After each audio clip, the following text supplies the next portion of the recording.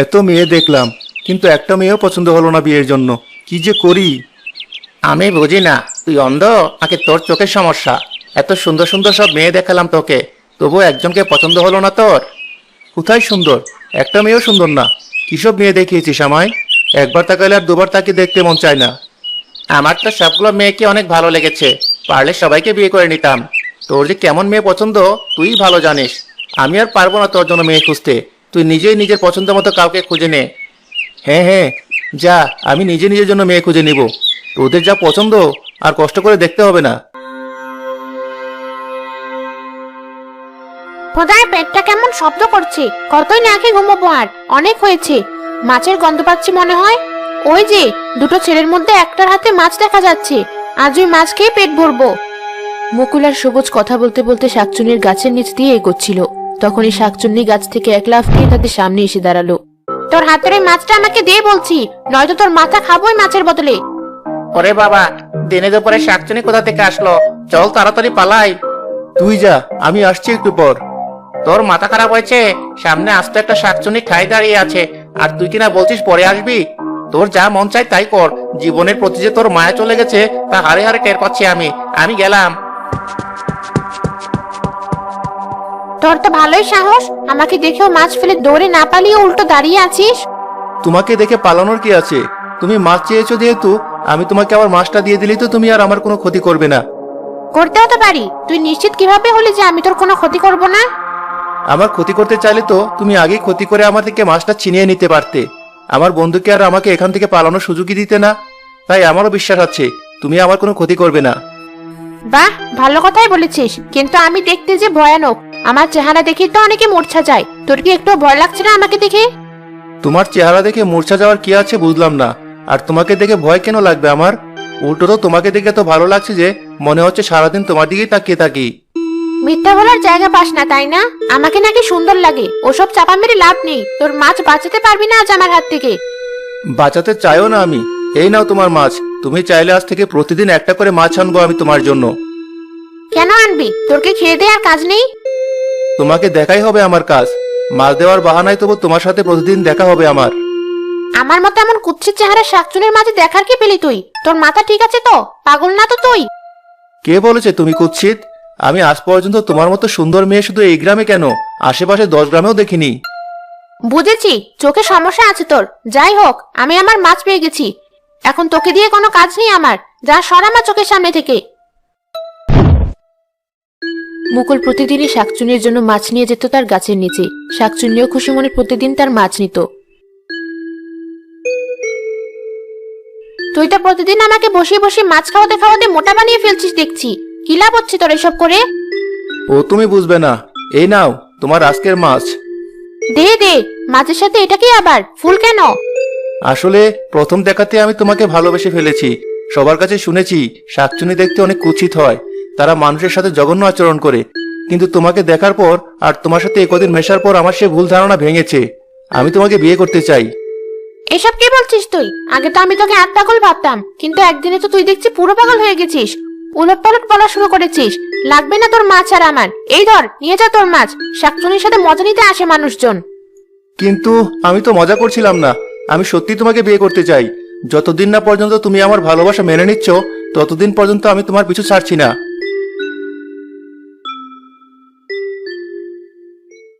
মুকুল আগের মতো প্রতিদিন শাকচুনির জন্য মাছ নিয়ে গেলেও শাকচুনি তার সামনে দেখা দিত না, কথাও বলতো না। মুকুল প্রতিদিন গাছতলায় মাছ রেখে চুপচাপ বাড়ি চলে আসতো। তোর কি হয়েছে বলতো? আগে তো তবু নিজের বিয়ের কথা বলতি মাঝে মধ্যে, আমার আর চাচির কথায় মেয়ে দেখতে যেতি। কিন্তু ইদানিং নিজের বিয়ের কথাও বলিস না। সারাদিন কোথায় থাকিস খুঁজে পাওয়া যায় না। তোর হয়েছেটা কি? কিছু হয়নি আমার, তুই শুধু শুধু বেশি ভাবছিস। সবুজ, এই নাও তোমার শরবত। আমার জানো কি মনে হয়, তোমার বন্ধুর কাউকে ভালো লেগেছে। ইদানিং ওর চোখে মুখে সারাদিন কেমন একটা হাসি থাকে, তুমি দেখোনি তো? তাই বুঝি? তা তোর এই ছোটবেলার একমাত্র বন্ধুটাকেও জানালি না? বল না, কে সে মেয়ে, নাম কি? আরে অমন কিছু না, তোরা শুধু শুধু একটু বেশি বুঝছিস। আরে বলো, আমরা তো তোমাকে খুশি দেখতে চাই। মেয়ে যেমনই হোক না কেন, তাকে এবারের বউ করে আনবো।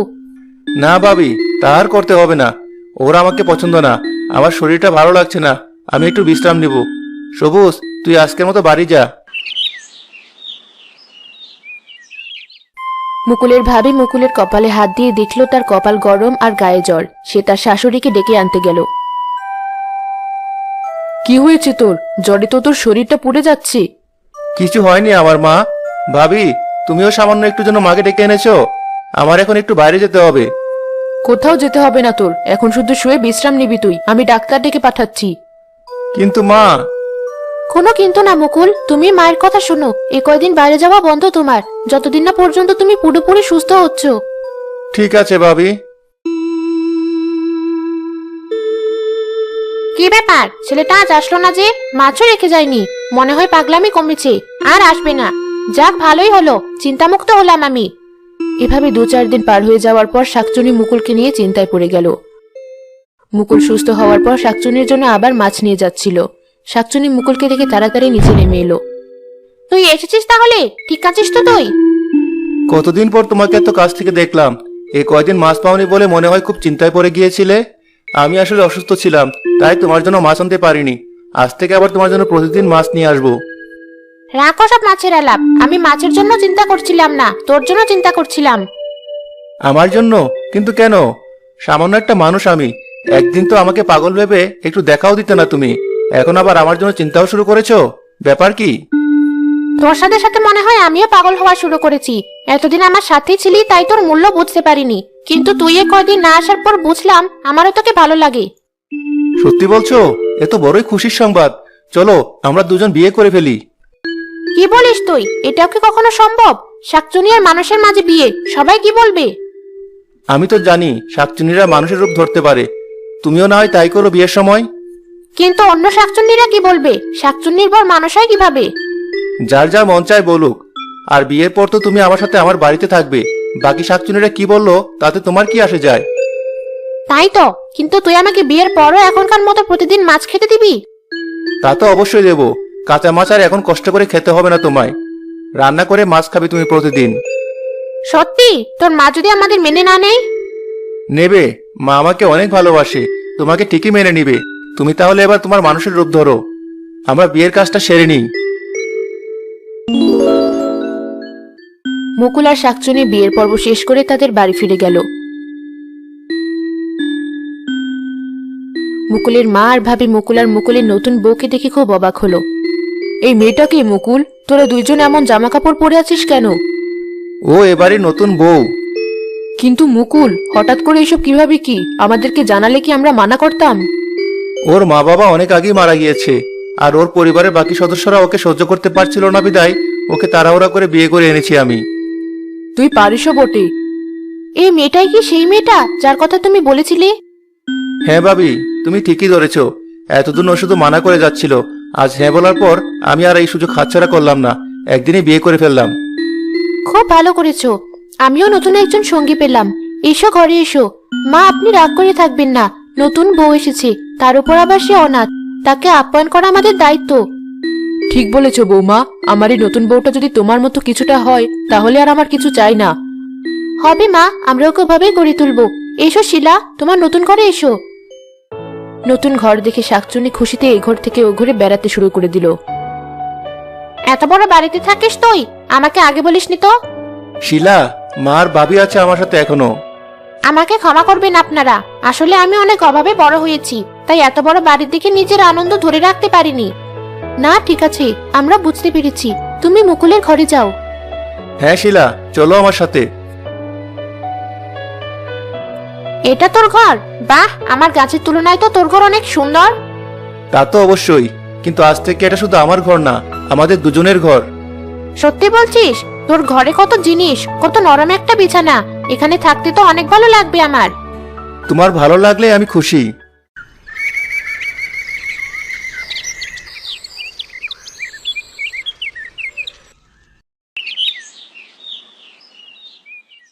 নতুন বউ, উঠো তাড়াতাড়ি, বেলা হয়ে গেল তো। আর কতক্ষণ ঘুমাবে?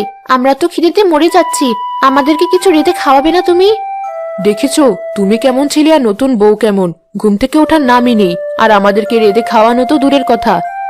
মা, নতুন পরিবেশে মানিয়ে নিতে তো একটু সময় লাগে। আমি এ বাড়ির বউ হয়ে এসেছি অনেক আগের কথা, এখনকার যুগের মেয়েদের সাথে মিলালে তো হবে না মা। ধর, তোর মা আর ভাবি মিলে সকাল সকাল আমার কান ঝালাপালা করছে কেন? সকাল পার হয়ে দুপুর হতে চললো, তাই নতুন বউদের বাড়ির সবাইকে কিছু রেঁধে খাওয়াতে হয়, এটাই নিয়ম, তাই তোমাকে ডাকছে ওরা। রেজে খাওয়াবো আমি? মাথা ঠিক আছে তো তোদের? জীবনে কিছু রাঁধিনি আমরা, ওসব আমার দ্বারা হবে না। তোর মা আর ভাবিকে গিয়ে বলে কথা। ওরা এটা শুনলে খুব কষ্ট পাবে, তুমি চিন্তা করো না, আমি তোমাকে সাহায্য করব। দেখবে ওরা তোমার উপর খুব খুশি হয়েছে। ঠিক আছে, তুই যখন এত করে বলছিস, আমার পছন্দের ঘুম ভেঙে তোর মা আর ভাবির জন্য রাঁধতে যাচ্ছি। এই তো লক্ষ্মী বউ আমার, চলো তাহলে।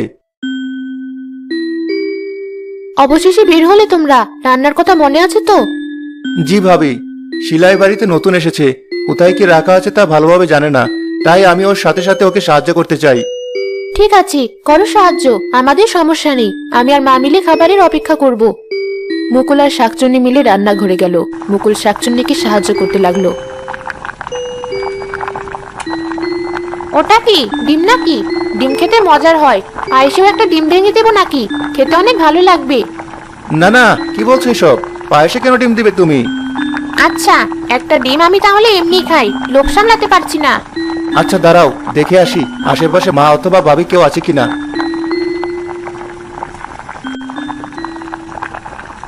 না, নেই, খাও ডিম।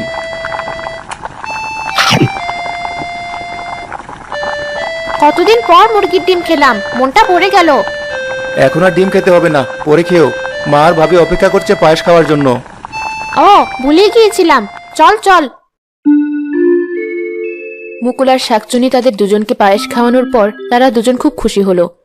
মুকুলের মা বসা থেকে উঠে দাঁড়াতে গিয়ে পা মুচকে পড়ে যেতে ধরলে শাকচুনি দৌড়ে গিয়ে তাকে বাঁচালো। সাবধানে মা, আরেকটু হলেই তো পড়ে গিয়ে বড় একটা দুর্ঘটনা ঘটতে পারতো।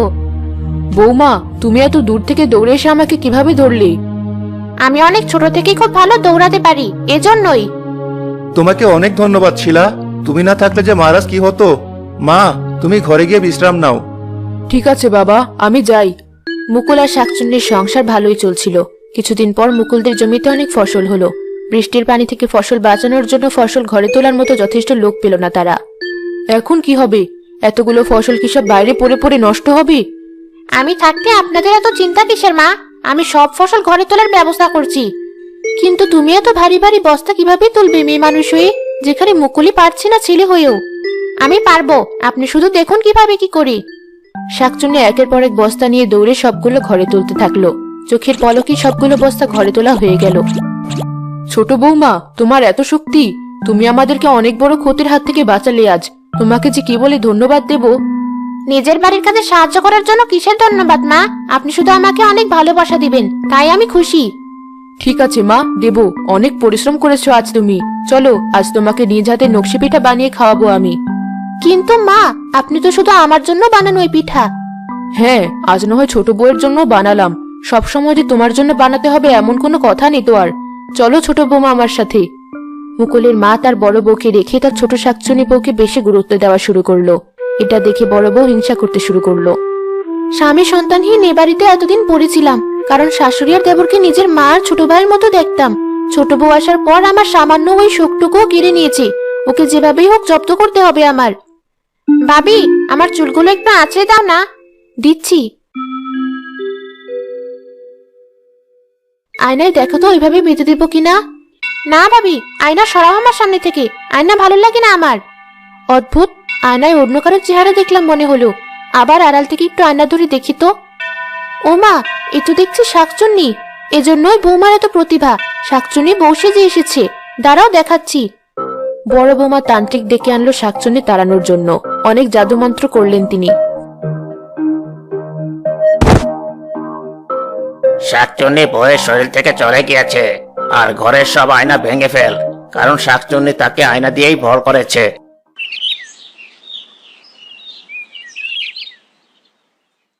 ভাগ্যিস তুমি সময় মতো সাধু বাবাকে হাত করতে পেরেছিলে, নয়তো আমাকে আর কেউ রক্ষা করতে পারতো না এবার। শাকচুনির ভর হিসেবে শাকচুন্নিকে আমি রক্ষা করবো না তো আর কে রক্ষা করবে? হ্যাঁ হ্যাঁ হ্যাঁ হ্যাঁ।